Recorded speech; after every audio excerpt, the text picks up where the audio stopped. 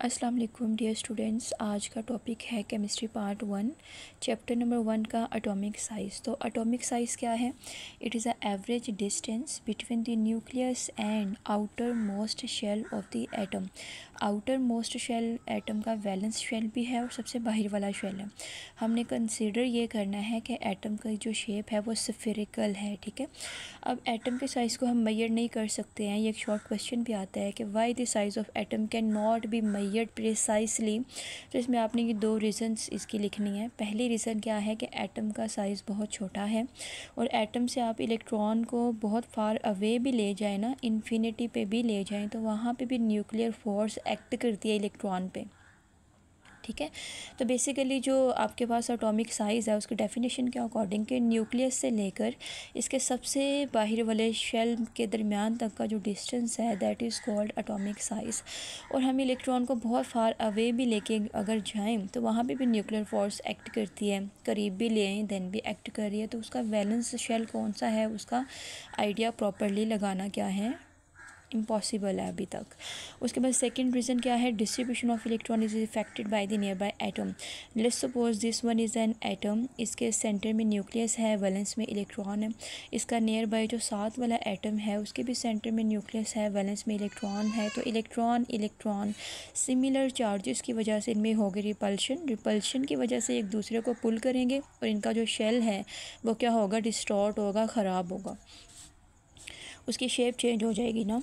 उसके बाद क्या है कि भाई ये एटम का जो साइज़ है इसको यूजुअली हम एक्सप्रेस करते हैं in the term of atomic radius, ionic radius and covalent radius. और जो एटॉमिक रेडियस है इसको हम मेजर कर सकते हैं बाय द टू टेक्निक्स। एक है एक्सरे डायफ्रैक्शन और दूसरी है स्पेक्ट्रोस्कोपिक टेक्निक है। अब एटॉमिक रेडियस है क्या? It is a half of the distance between the nuclei of two bonded atom. Let's suppose this one is a hydrogen molecule. एक हाइड्रोजन का एटम ये है, इसके सेंटर में न्यूक्लियस है, वैलेंस में इलेक्ट्रॉन है। ये दूसरा हाइड्रोजन का एटम है। इसके न्यूक्लियस से और इसके न्यूक्लियस के दरमियान तक का जो डिस्टेंस है that is called bond length और वो आपके पास है 75.4 पिकोमीटर। आप इसका हाफ कर देंगे तो वो आंसर आएगा 37.7 पिकोमीटर। और ये रेडियस है एक हाइड्रोजन एटम का, ठीक है।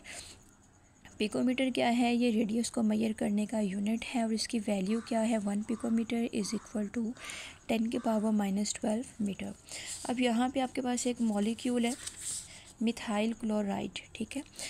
अब इसमें आपको कार्बन क्लोराइड की जो बॉन्ड लेंथ है वो बॉन्ड लेंथ कह लें या आप इसको इंटर आयोनिक डिस्टेंस कह लें, दैट इज़ कॉल्ड 176 पिकोमीटर है इस केस में। और इसको आप रिप्रेजेंट करते हैं कैपिटल आर के साथ। अब इस मॉलिक्यूल में आप देखें कि जो यहाँ पे बॉन्ड बना हुआ है between the carbon and chlorine, तो क्लोरीन की इलेक्ट्रोनेगेटिविटी होती है 3.2 और कार्बन की होती है 2.5। क्लोरीन की इलेक्ट्रोनेगेटिविटी ज़्यादा होने की वजह से उसने शेयर्ड पेयर इलेक्ट्रॉन को अपनी तरफ अट्रैक्ट किया है और गेटिंग पार्शियल नेगेटिव चार्ज। और कार्बन क्या हो गया इस केस में? इलेक्ट्रॉन डेफिशिएंट हो गया और उस पर चार्ज आ गया पार्शियल पॉजिटिव। अब जो कार्बन का रेडियस है इसको मैं लिखूँगी आर पॉजिटिव और जो नेगेटिव A9 है, जो पार्शियल नेगेटिव A9 है, इसका जो रेडियस है वो मैंने लिखा आर नेगेटिव। इन दोनों का आप सम करेंगे तो वो आएगा कैपिटल आर, मतलब कि inter ionic distance is equal to R positive plus R negative. R की वैल्यू आपको गिवन है दैट इज़ 176.7 पिकोमीटर। और यहाँ पे क्लोरीन की जो क्लोरीन का एक एटम है उसकी आपने कैसे फाइंड आउट करनी है? जैसे आपने H2 एक मॉलिक्यूल है और उसके आपने बॉन्ड लेंथ को हाफ़ किया तो एक हाइड्रोजन एटम की आपके पास रेडियस आ गई है।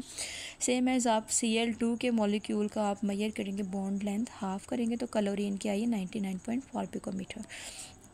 यहाँ पे प्लस हो रहा है, इधर आके माइनस होगा तो आपके पास रेडियस आ जाएगा कार्बन एटम का, दैट इज़ 77.3 पिकोमीटर, ठीक है। जो कि बहुत थैंक यू, अल्लाह हाफिज़।